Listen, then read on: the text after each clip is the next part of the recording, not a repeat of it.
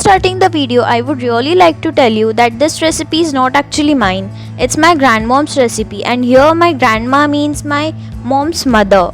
She passed away very early, but for me she was the greatest personality. I didn't made a lots of memories with her, but the things which I hear from my mom about her are really amazing.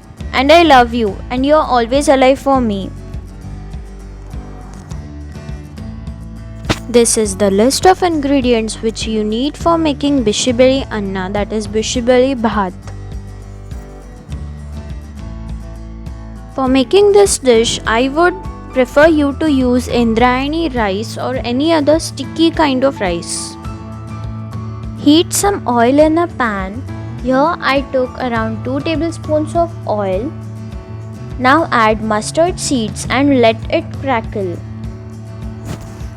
After it gets crackled, add some curry leaves and let them crackle too. Now add red chillies and saute it for another 1 minute.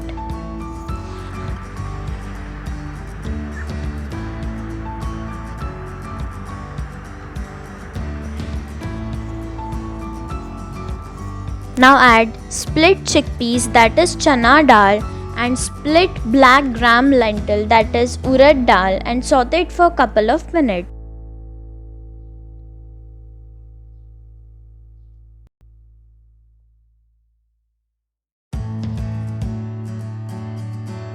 Now add peanuts and mix well.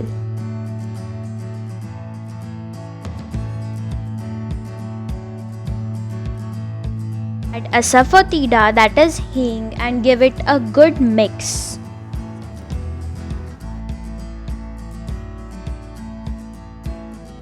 Now add onions and saute till it becomes translucent in color.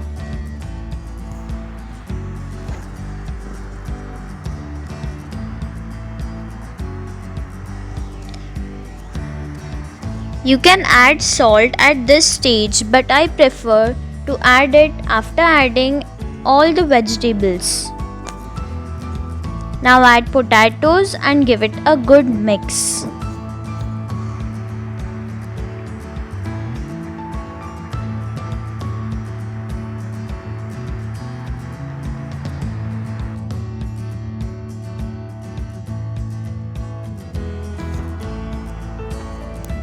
Add carrots and capsicum and saute it for another minute.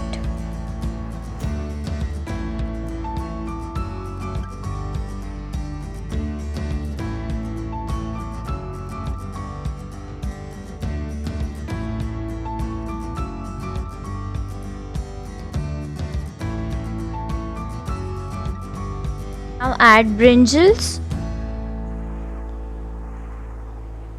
and fresh peas or frozen peas. Here I took fresh one, but you can also use frozen instead.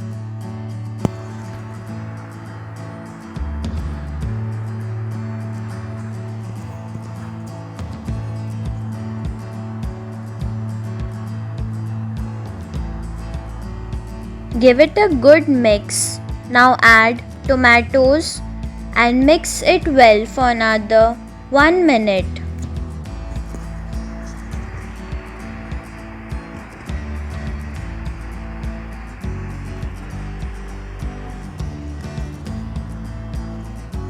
Now put on the lid and cook it for another 3 to 4 minutes or till your veggies doesn't get soft in texture. Now add turmeric, red chilli powder,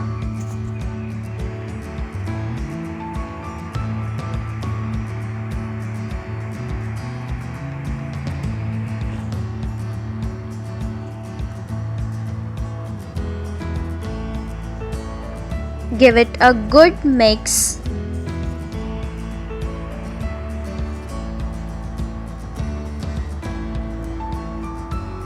Make sure your veggies are covered with masala.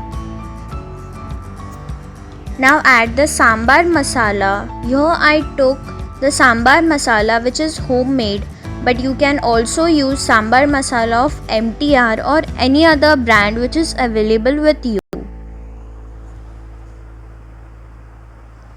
Give it a good mix.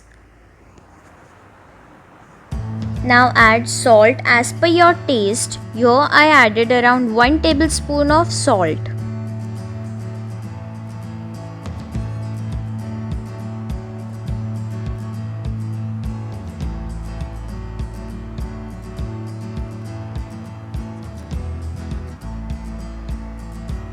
Now add the imli, that is tamarind pulp, and give it again a good mix. If your mixture is too thick, you can also add around 2 tablespoons of water in it.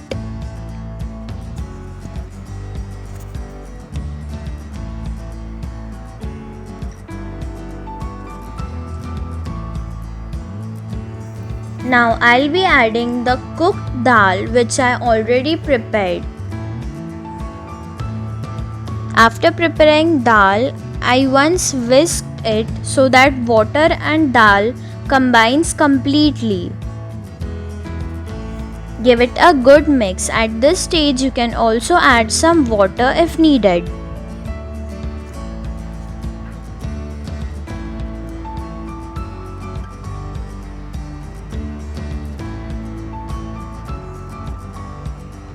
This is what it looks for after cooking it for around 4 to 5 minutes.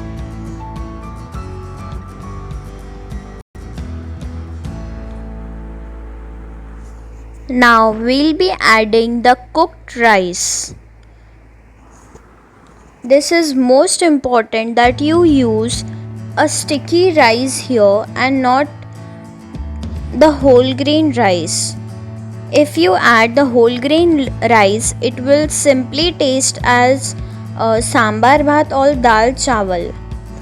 But if you want to know its real taste, you should use this indrayani rice or any other sticky rice you use normally.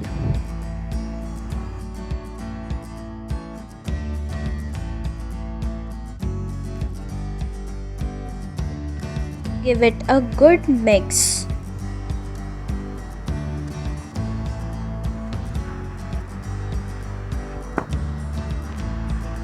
After you mix this, put the lid on and again cook it for another 7 to 8 minutes on a very low flame.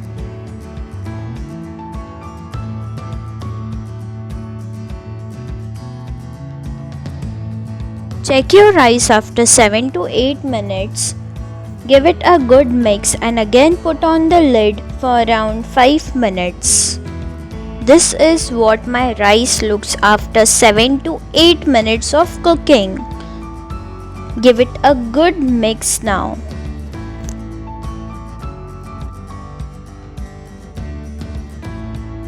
Finally add coriander on the top and serve.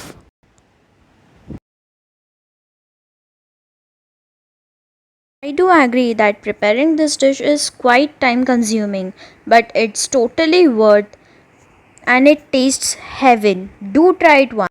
I do dedicate this recipe to my grandma.